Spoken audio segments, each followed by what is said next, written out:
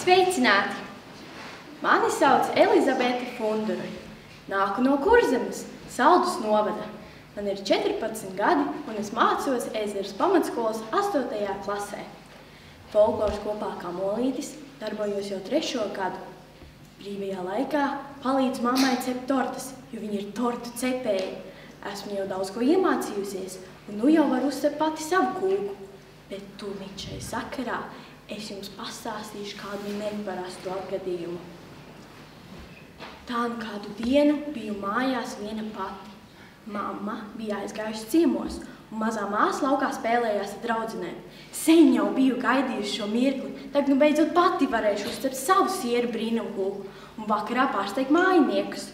Sagatavoju visus tortas pamatnē un liku cepeškrāsnī cepties. Pēc noteikta laika, tieši tāpat kā to dara mamma, izņēmu pamatni, sakārtoju tās viss, kas nepieciešams, un liku atpakaļ cepties. Uz brītiņu iegāju viesistabā, lai saklātu galdu, un apmēram pēc 10 minūtēm atgriezos, atvēru cepeškrāsni un sastingu. Iedomājieties, cepeškrāsns bija tukša. Kūkas vienkārši tur nebija. Uzmanīgi aizvēru cepeškrāsnes durtiņus un atvēru vēlreiz. Tukšums! Ātrumā pārbaudīju visas telpas. Nevienas dzīves dvēselītes. Nu sakiet, kur tā kūka varēja palikt? Varbūt mani kaut kas nav kārtībā. Domās ieskanējās vārdi.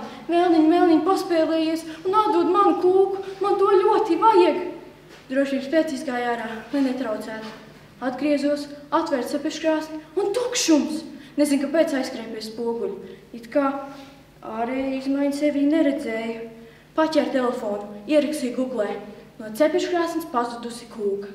Nu, paši saprotat, nekādas sakarīgas atbildes. Sapratu, ka daru kaut ko nepareizi. Bet ko?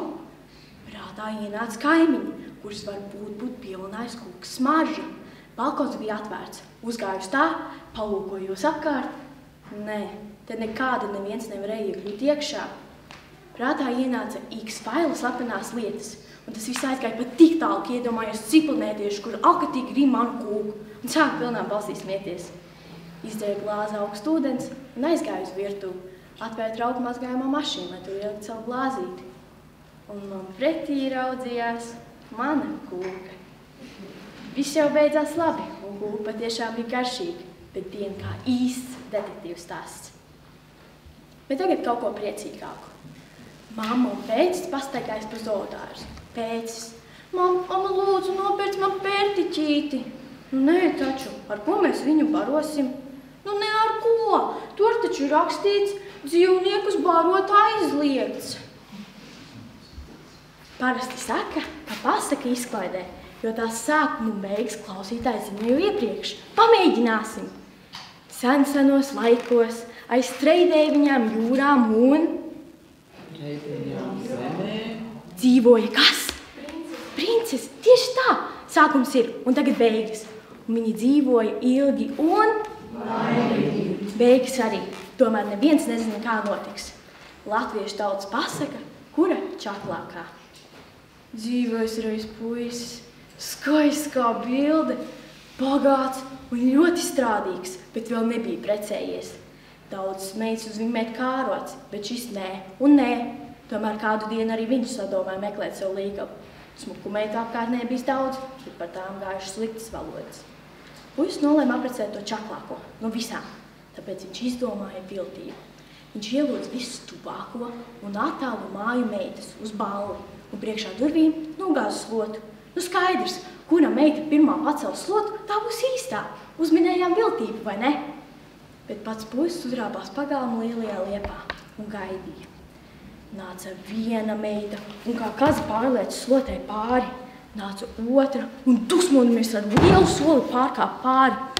Nāca trešā, tā pieliecās, pacēla slotu un izlīda cauri. Un tā aizgāja visas meitas, un slota vēl joprojām gulēja pie namdurvīm. Puisis saprata, ka nav šajā apkaimē nevienas čaklas meitas, un jau gribēja rausties lejā no liepas, kad ieradās vēl viena meita. Tā arī lēnām pieliecās, pacēla slotu un to pieslēga kaktā pie namdurvīm. Beigas kā jau lielākajai daļai latviešu tautas pasaku. Laimīgs Puisis apprecēja čaklo mācmeitu un dzīvoja ilgi un... Laimīgi. Tieši tā. Paldies par uzmanību.